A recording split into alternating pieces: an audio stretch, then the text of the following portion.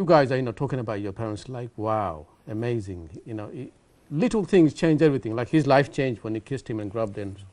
Subhanallah, it's just amazing. That's how parents are. Yeah, I think, like Said Bhai, I'm also very fortunate that my father, late father, he was a very, I'm the eldest in my family, right? This is no thing. At the age of 15, 16, my GCSE result wasn't full of A stars. And this is in the early 90s, right? Somebody said to my father, send him off to the restaurant. He's the eldest, send him off. Although I was working, from the age of 14, I was working on a Sunday. I had a Sunday job, £15, the whole day, right? Save £10, spend £5. Give my mother the £10, I saved myself £5. £5 was my crisp, my snacks money. My father said no. What's he going to do in a restaurant? In fact, my father had a policy of not being involved with restaurant trade because of alcohol and all that kind of stuff. Plus, he said, look at him, skinny, he's not even able to lift a handi, right? So he said, no, go off and do your study. Alhamdulillah, that was the big opportunity. Because if my father, like many fathers, right, said, no, for Abu Ashwigi, say, I'm getting old, send him to the factory, send him to the restaurant, or send him to some job, that would have been the end of my dream. Environment. Fondo Shulogonta, Haroya, or by leather khatta. I remember seeing his finger, he had a dent in his finger. Anyway, as I gave him his lunch, he gave me a hug and a kiss. I was just leaving him. The guy next to me knocks me on the shoulders and goes, oh, by the way, your dad's the best tailor here. I wanted to go to the university. I wanted to be the first, I wanted to do, my dad wanted me to do a law degree, I did a politics degree. Okay, we had some issues there. But, the amazing thing is, over the years, I felt whatever I'm doing, I wanted to please him. Obviously you're a friend of mine, so you'll know. When I became a councillor in 2006, it wasn't, for me, I set myself goal, I wanted to do that. It was for my dad the proudest moment. Because his son, became a councillor. Not me, I'm the so-and-so's son. Like when Said Bhai walked into the factory, Mukurfua, my father was also a tailor. A very good one, Ali Street, in Old Street, in the Jewish factories that he worked, he was the top. In fact, when my dad retired, the Jewish guy gave him the machine. He said, no one is good enough to work in that machine. You take it home with you.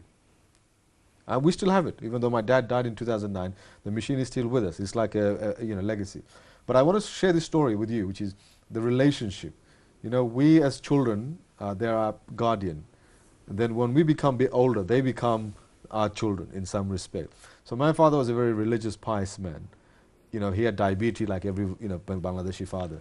He refuses to give up Ramadan, fasting. So Abdul Qayyum Shah was trying his best, ring him in the house, said, my father's name, you don't have to, he wouldn't do it. So in 2009, I came up, because obviously I used to do a TV show, and I produced the Ramadan calendars for the last 16 years as a leading campaign and so forth. So I did it on diabetes and health awareness. So I remember I planned this 6 months in advance, that before Ramadan starts, I'm going to do a show. On my right-hand side will be the imam, on my left-hand side will be a doctor. And I know my dad never used to miss one of my show. If he was alive tonight, he will be watching this, right? He said, two of my boys with you watching it, the side will say, it's like my son. So I thought, I'm going to teach my dad, it's the alim, the imam saying he doesn't have to fast, and the doctor saying he doesn't, he needs to look after his health. Because just like my father, there's a lot of fathers out there which are, bit stubborn. Allah disun be amar Allah bala horbane, I want to fast, I want to do this. So I planned this in advance in 2009. And obviously, 2 weeks before Ramadan, my father passed away.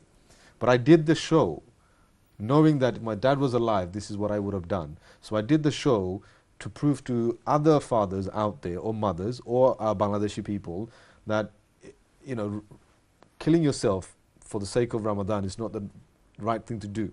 So in a sense, I turned it around. So I wanted to give my father something that he gave me, which is I want him to sort of live a longer life. So now I have 2 children. I want him to stay with us, but we never got that chance. So my thing is this: my father, had he not given me that break at 16 to go to college, go to university, pursue a life of what I wanted to do, the dream that I wanted to do, the politics, the community work, then I would not have been able to.